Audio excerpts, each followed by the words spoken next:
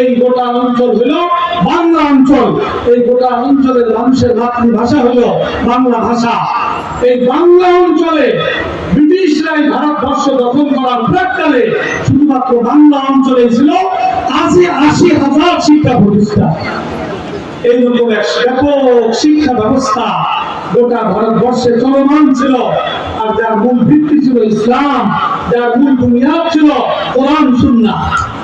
ব্রিটিশরা তারা ভারতবর্ষকে দখল করার পরে তারা তাদের মূল পরিকল্পনা আঁটলো, তারা ষড়যন্ত্র করলো গোটা ভারতবর্ষকে ইসলাম শূন্য করার জন্য। ইসলাম শূন্য করতে হলে তারা ১ নম্বর টার্গেট করলো শিক্ষা ব্যবস্থাকে।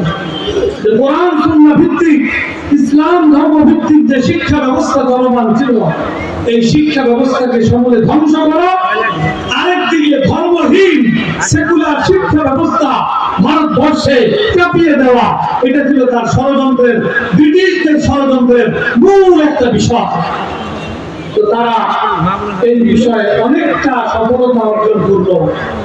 একদিকে তৎকালীন সময়ে পরিচালিত কোরআন সুন্নাহ ভিত্তিক ইসলাম ভিত্তিক যে শিক্ষা ব্যবস্থা, হাজার হাজার নয় গোটা ভারতবর্ষে লাখ লাখ শিক্ষা প্রতিষ্ঠান ছিল, সেই সকল শিক্ষা প্রতিষ্ঠান তারা মুহূর্তের মধ্যে তারা সব বন্ধ করে দিল, ধ্বংস করে দিল।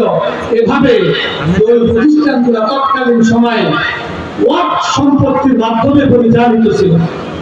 সেই সব ওয়াক্ফ সম্পত্তি ভারত সরকার, ইংরেজ সরকার তারা বাজেয়াপ্ত করার মাধ্যমে মুহূর্তের মধ্যে গোটা ভারতের এই শিক্ষা ব্যবস্থা, যেটা শত শত বছর থেকে চলমান ছিল, যেটা পর্যায়ক্রমে উন্নতি এবং মজবুত হওয়ার দিকে অগ্রসর হচ্ছিল, সেই শিক্ষা ব্যবস্থাকে তারা সমূলে ধ্বংস করে দিল।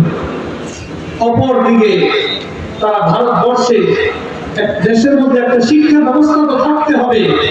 ইংরেজরা এই দেশে যেন মানুষ ধর্মীয় চেতনায় উদ্বুদ্ধ হতে না পারে, তাদের মধ্যে যেন ধর্মীয় শিক্ষা না থাকে, ধর্মহীন একটা মানসিকতা যেন তাদের মধ্যে গড়ে ওঠে, ধর্ম বিদ্বেষী মনোভাব তাদের মধ্যে যেন তৈরি হয়, এই জন্য তারা এক নতুন শিক্ষা ব্যবস্থা এই ভারতবর্ষে চাপিয়ে দেওয়ার পরিকল্পনা করলো এবং পরিকল্পনা মাফিক এক শিক্ষা ব্যবস্থা ভারতবর্ষে তারা চালু করলো।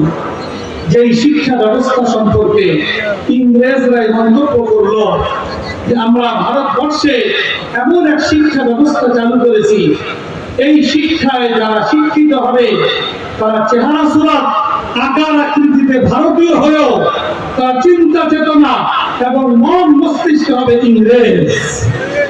এইরকম এক শিক্ষা ব্যবস্থা তারা ভারতবর্ষে চালু করবে। একদিকে কোরআন সুন্নাহ ভিত্তিক শিক্ষা ব্যবস্থা ধ্বংস করলো, যেটা উপরে নির্ভর করে ইসলাম টিকে থাকা। আল্লাহ রাসূল সুস্পষ্টভাবে ঘোষণা করেছেন, যতক্ষণ পর্যন্ত তোমরা কোরআন এবং সুন্নাহকে মজবুতভাবে আঁকড়ে থাকবে, ততক্ষণ পর্যন্ত তোমরা হক থেকে বিচ্যুত হবে না, গুমরাহির পথে চলবে না, তোমরা গুমরাহি থেকে নিজেদেরকে হেফাজত রাখতে পারবে। এর সুস্পষ্ট ব্যবস্থাপত্র হলো কোরআন সুন্নাহকে মজবুতভাবে আঁকড়ে ধরা। আমরা বিষয়টা যতটা না বুঝি, আমাদের দুশমন তারা এই বিষয়টা নিয়ে আরো অনেক বেশি গবেষণা করে। তাদের গবেষণা কইলেই তারা স্থির করেছে যে ভারতবর্ষকে যদি মুসলিম শূন্য করতে হয়, ইসলামী চেতনা শূন্য করতে হয়, ইমানি জজবা শূন্য করতে হয়, ইমানি মুক্ত করতে হয়, তাইলে এখান থেকে কোরআন সুন্নাহ ভিত্তিক ইসলাম ধর্ম ভিত্তিক শিক্ষা ব্যবস্থাকে গোটা ভারতবর্ষ থেকে সমূলে ধ্বংস করতে হবে।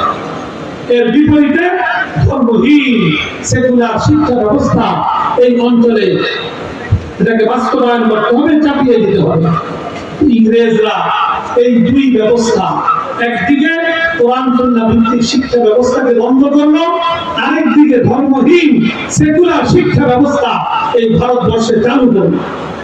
এই দুয়ের ফলশ্রুতিতে ভারতবর্ষের অবস্থা আস্তে আস্তে নাজুক দিকে যাইতে লাগলো। মানুষ ইসলাম সম্পর্কে জানার তাদের কোনো পন্থা, কোনো ব্যবস্থা থাকলো না। এইরকম অবস্থার মধ্যে তৎকালীন আমাদের আকাবিরিন বুজুর্গানে দ্বীন তারা অত্যন্ত চিন্তিত হয়ে পড়লেন।